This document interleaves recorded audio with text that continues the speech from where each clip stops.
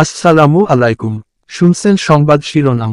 বাঞ্ছারামপুর ভেলানগরে দেশে অস্ত্র নিয়ে অতর্কিত হামলা, একই পরিবারের 6 জন সহ 10 জন হাসপাতালে। এখন শুনবেন বিস্তারিত। জখম হয়ে প্রাণে বাঁচতে দৌড়ে কোনোরকমে নিজের বাড়িতে গেলে তখনও রক্ষা হয়নি। সেখানে হাবিবের মা সহ তাদের পরিবারের 6 সদস্যকে কোপাতে থাকে বেশ কয়েকজন। পরে তাদের উদ্ধার করে মুমূর্ষু অবস্থায় ঢাকা মেডিকেল কলেজ হাসপাতালে পাঠানো হয়। সেখানে জীবন মৃত্যুর সন্ধিক্ষণে সবাই। নিরাপত্তাহীনতা, বাড়ি ছাড়তে হয়েছে পরিবারের অন্য সদস্যদের। 4 এপ্রিল শুক্রবার ঘটনাটি ঘটেছে ব্রাহ্মণবাড়িয়ার বাঞ্ছারামপুর উপজেলার ভেলানগর বড়বাড়ির চৌরাস্তার মোড়ে। আর এ ঘটনাকে কেন্দ্র করে উভয় পক্ষ একে অপরকে দায়ী করে পাল্টাপাল্টির অভিযোগ দায়ের করেছে বাঞ্ছারামপুর মডেল থানায়।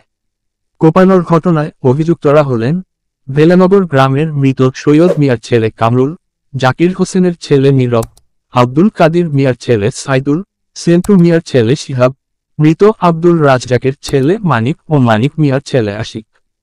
অন্যদিকে কামরুল গঙ্গ আলামিন সহ কয়েকজনের নাম উল্লেখ করে থানায় অভিযোগ দায়ের করেছে।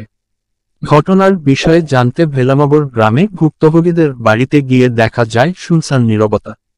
পরিবারের বেশিরভাগ সদস্য হাসপাতালের, বাকিরা প্রাণে বাঁচতে ঠাঁই নিয়েছেন অন্য কোথাও।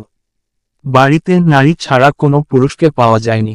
ঘটনার বিষয়ে স্থানীয়রা জানান, দীর্ঘদিন ধরেই বাড়ির চলাচলের রাস্তা নিয়ে উভয় পক্ষের বিরোধ চলছিল।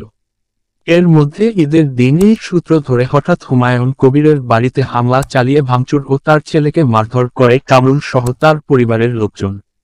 খবর পেয়ে পুলিশ ঘটনাস্থলে এসে তার সমাধানের চেষ্টা করেন। সংঘর্ষ এড়াতে নেতৃস্থানীয় ব্যক্তিদের দায়িত্ব দিয়ে যায় পুলিশ। তবে তা অমান্য করে আবারও শুক্রবার প্রতিপক্ষের উপর অতর্কিত হামলা চালায় কামরুলের পরিবার। কামরুলের ছোট বোন ফারজানা আক্তার বলেন, কামরুল সহ আমাদের পরিবারের 4-5 জনকে পিটিয়ে আহত করেছে আলামিনের লোকজন। আমাদের তেমন কোনো দোষ নাই। কথা কাটাকাটির জের ধরে উভয়ের পক্ষ মারামারি করেছে। ঢাকায় চিকিৎসাধীন কামরুলের মোবাইলে ফোন দিলেও কেউ ফোন রিসিভ করেনি। এই বিষয়ে জানতে চাইলে বাঞ্ছারামপুর মডেল থানার ভারপ্রাপ্ত কর্মকর্তা মোর্শেদুল আলম চৌধুরী বলেন, আমি উভয় পক্ষের লিখিত অভিযোগ পেয়েছি, তদন্ত চলছে। তদন্ত সাপেক্ষে আইনানুগ ব্যবস্থা নেওয়া হবে। এই যে মসজিদে গেছি নামাজ পড়তে, মাজার মসজিদে, তারপরে আসতে হয়েছি মানে এই মোড় আছে, মোড়ের মধ্যে আক্রমণ করছে ঈদ একটা একটা বাড়ি দিছে পরে হাতে দৌড়ে নাইছে। আমার ছেলেরে অলিরে আর আমার দেওয়ার দেলুবের ছেলেটা আছে না, এটারে কোনো চুরি দেওয়া কাই দিছি। এবার দেয় হাতে আইসে পরে আমরা গড়ের ভিতরে ঢুকাইছি।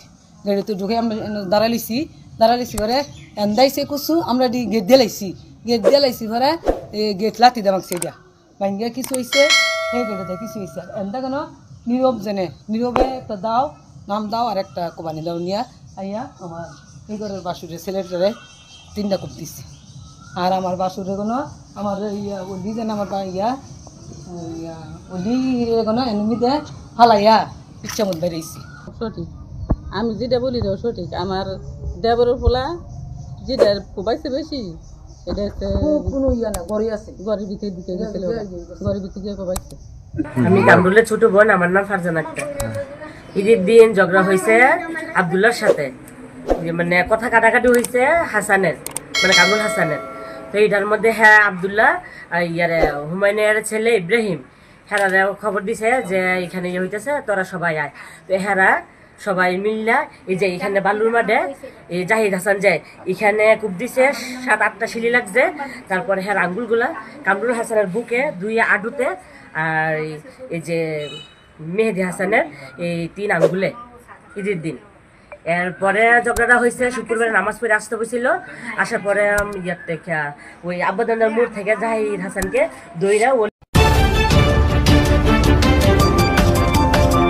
ব্রাহ্মণবাড়িয়া 24.news